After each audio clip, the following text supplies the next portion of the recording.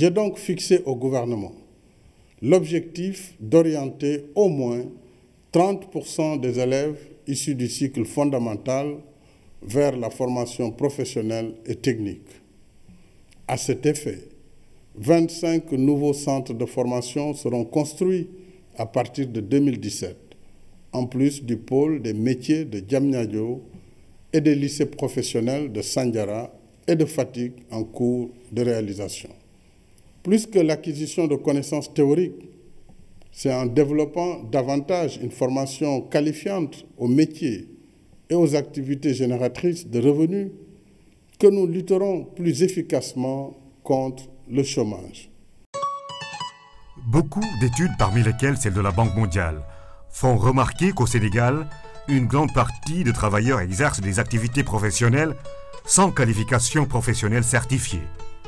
La conséquence, c'est des métiers mal exercés, des prestations peu conformes aux normes, des productions de mauvaise qualité. Parallèlement, la liste des chômeurs s'agrandit avec l'arrivée de milliers de jeunes sortant des collèges, des lycées et des universités sans diplôme et sans qualification. La quasi-totalité des ouvriers des différents corps d'État exercent leur métier au Sénégal sans avoir reçu une véritable formation professionnelle. Le président de la République a décidé, a voulu qu'on réforme la formation professionnelle. Et dans cette grande réforme, les bases, c'était plutôt la loi d'orientation. Parce que quand il accédait au pouvoir, il n'y avait pas de loi d'orientation sur la formation professionnelle.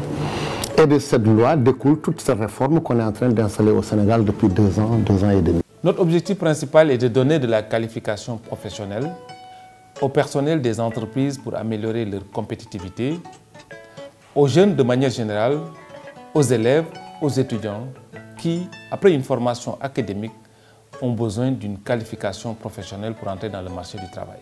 Dans ce travail, nous sommes accompagnés par l'État du Sénégal, les partenaires techniques et financiers, notamment la Banque mondiale, l'Agence française de développement, la coopération luxembourgeoise, le patronat sénégalais et les centrales syndicales.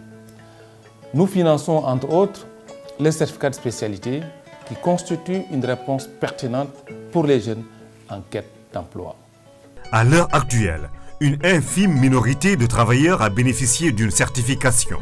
Seuls 5% de la population active a une qualification.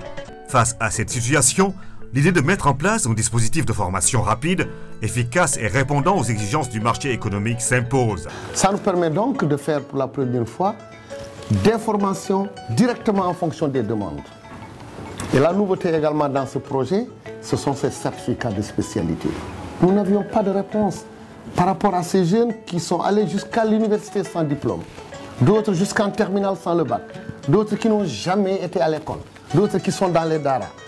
Et c'est donc beaucoup de jeunes, des milliers de jeunes, qu'il faut former, certifier d'une manière extrêmement courte et valider leurs connaissances par un diplôme et pour qu'ils puissent eux-mêmes être employables tout de suite. Tel est le défi auquel entend répondre le dispositif de certificat de spécialité. Le certificat de spécialité étant un nouveau diplôme obtenu après quelques mois de formation dans les structures de formation labellisées. Son détenteur aura acquis des compétences en intégrant des savoirs, des savoir-faire, des savoir-être et même des savoirs-devenir qui faciliteront son insertion dans le monde du travail. Ces compétences inscrites sur un livret vont décrire précisément la dénomination du métier et les aptitudes de l'ouvrier. Chaque jour, c'est le rush au niveau des guichets, du fonds et les sollicitations se poursuivent. Je voulais faire une formation professionnelle. C'est la Croix-Rouge qui nous a donné une demi-bourse. Mais malheureusement pour nous, il n'y a pas de moyens.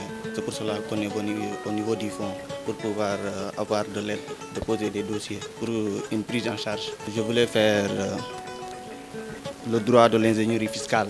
Même son de cloche chez cet étudiant. Je suis venu chercher des financements pour me perfectionner, pour pouvoir suivre une formation professionnelle. J'espérais que le fonds allait m'aider à financer mes études, plus particulièrement à me permettre de payer mes droits d'inscription qui sont élevés à mon niveau, à 200 000 francs pour le master. Vous avez eu l'information comment? Par le biais d'un ami. Le droit FPT semble donc répondre à une préoccupation majeure des parents. Voilà Madame Diaye, la lettre d'engagement de votre fils. Le fonds le finance à hauteur de 90%. et les 10% qui restent sont à charge des parents. Donc, on vous souhaite bonne chance. Je suis contente pour cette nouvelle. Voilà, je suis vraiment ravie et puis surprise parce que quand je venais ici, bon, j'ai tenté ma chance. Voilà.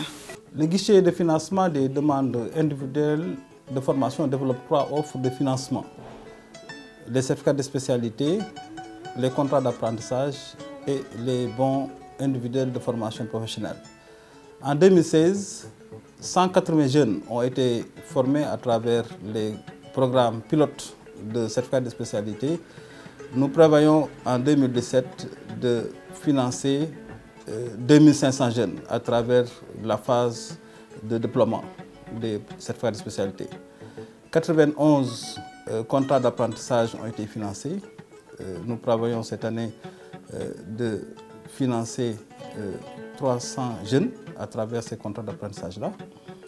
Et enfin, nous avons reçu en 2016 3607 demandes individuelles de formation. Nous avons octroyé 3018 bons de formation à travers 34 sous-domaines de formation et 231 établissements sont concernés.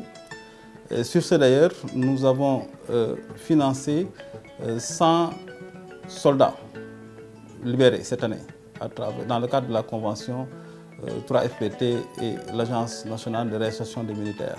Sur ce même registre, nous avons financé 366 ASP dans le cadre du projet Un ASP, un métier.